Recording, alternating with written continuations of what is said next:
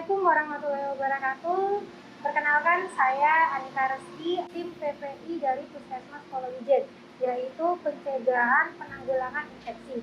Kali ini kita akan belajar bagaimana proses desinfektan yang bisa kita lakukan untuk penanganan COVID-19. Menurut jurnal yang berlaku saat ini, ada 3 bahan desinfektan yang bisa kita gunakan untuk membunuh virus COVID-19. Yang pertama adalah alkohol 70%, yang kedua adalah hidrogen peroxide 0,5%, yang ketiga adalah sodium hipoklorit 0,1%. Untuk penggunaan alkohol 70% bisa kita lakukan untuk semua jenis barang-barang yang akan kita desinfektan. Namun, untuk penggunaan hidrogen dan juga sodium, ini adalah bahan-bahan yang bukan berbahan logam atau aluminium yang bisa korosif atau berkarat. Untuk alkohol 70% ini bisa langsung kita gunakan. Kita taruh di wadah seperti ini untuk kita gunakan. Untuk hidrogen peroxide yang 0,5%, di pasaran adanya 5%, sehingga harus kita cairkan, kita encerkan 10 kali. Untuk takarannya yaitu hidrogennya 100 ml ditambah dengan air mengalir, air bersih sebanyak 900 ml. Jadi nanti yang kita dapatkan adalah 1 liter atau 1000 ml.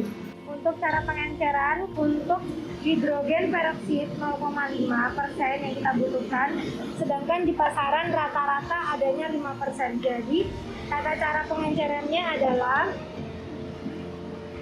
hidrogennya sebanyak 100 ml,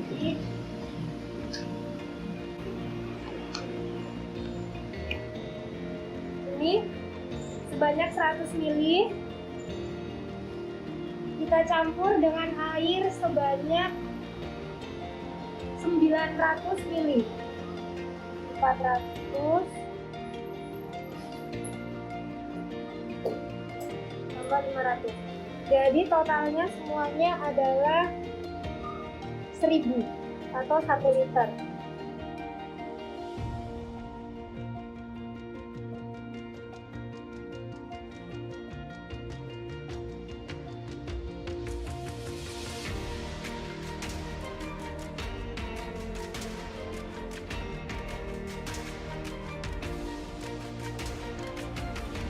Untuk bahan-bahan yang sudah kita cairkan, tidak boleh kita biarkan dalam waktu lama.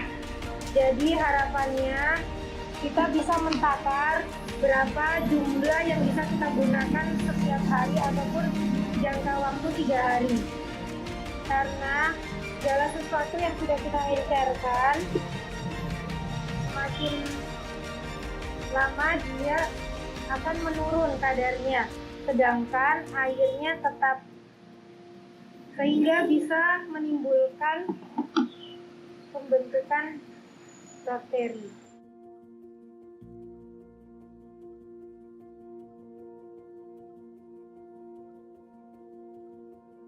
Ini adalah hidrogen peroksida dengan 0,5%. Sedangkan untuk sodium hipoklorit 0,1%, di pasaran adalah pemutih 5,25% yang harus kita encerkan 50 kali. Jadi untuk takarannya sodiumnya 100 ml dan ditambah dengan air bersih 900 ml. Untuk cara pengenceran, pemutih yang di pasaran itu adalah 5,25%. Kemudian ini sebanyak 100 ml ditambah dengan 4.900 air. Seperti yang saya sampaikan tadi, bahwa untuk bahan-bahan yang sudah kita encerkan, harapannya tidak didiamkan dalam waktu lama, sehingga agar tidak munculnya bakteri. Ini adalah 3 jenis desinfektan yang sudah diuji oleh jurnal yang bisa mematikan virus COVID-19. Nah, saat ini bagaimana cara kita mendesinfektan? Langkah-langkah atau prosedur mendesinfektan. Bisa langsung kita taruh di tempat spray seperti ini. Untuk kita di tempat-tempat umum yang bisa berkontak langsung dengan banyak orang, diharapkan ketika kita melaksanakan proses desinfektan, kita menggunakan alat pelindung diri, minimal masker dan juga sarung tangan. Untuk area-area tempat umum yang wajib kita bersihkan adalah gagang pintu, kemudian handphone, kemudian keyboard, kemudian tempat-tempat yang disinyalir bisa terkontak dengan orang lain. Kemudian untuk tempat ibadah disarankan sudah tidak menggunakan karpet. Diharapkan sebelum kita masuk ke tempat ibadah kita cuci tangan terlebih dahulu. Dan sebelumnya proses desinfektan dilaksanakan, yaitu gagang pintu, lantai, mimbar, mikrofon, ataupun benda-benda yang bisa kontak langsung dengan masyarakat. Nah, untuk proses desinfektan di rumah, selama kita bisa mengantisipasi ataupun meyakini bahwa tidak banyak orang yang lalu lalang, sebetulnya proses desinfektan secara menggunakan bahan kimia ini tidak perlu.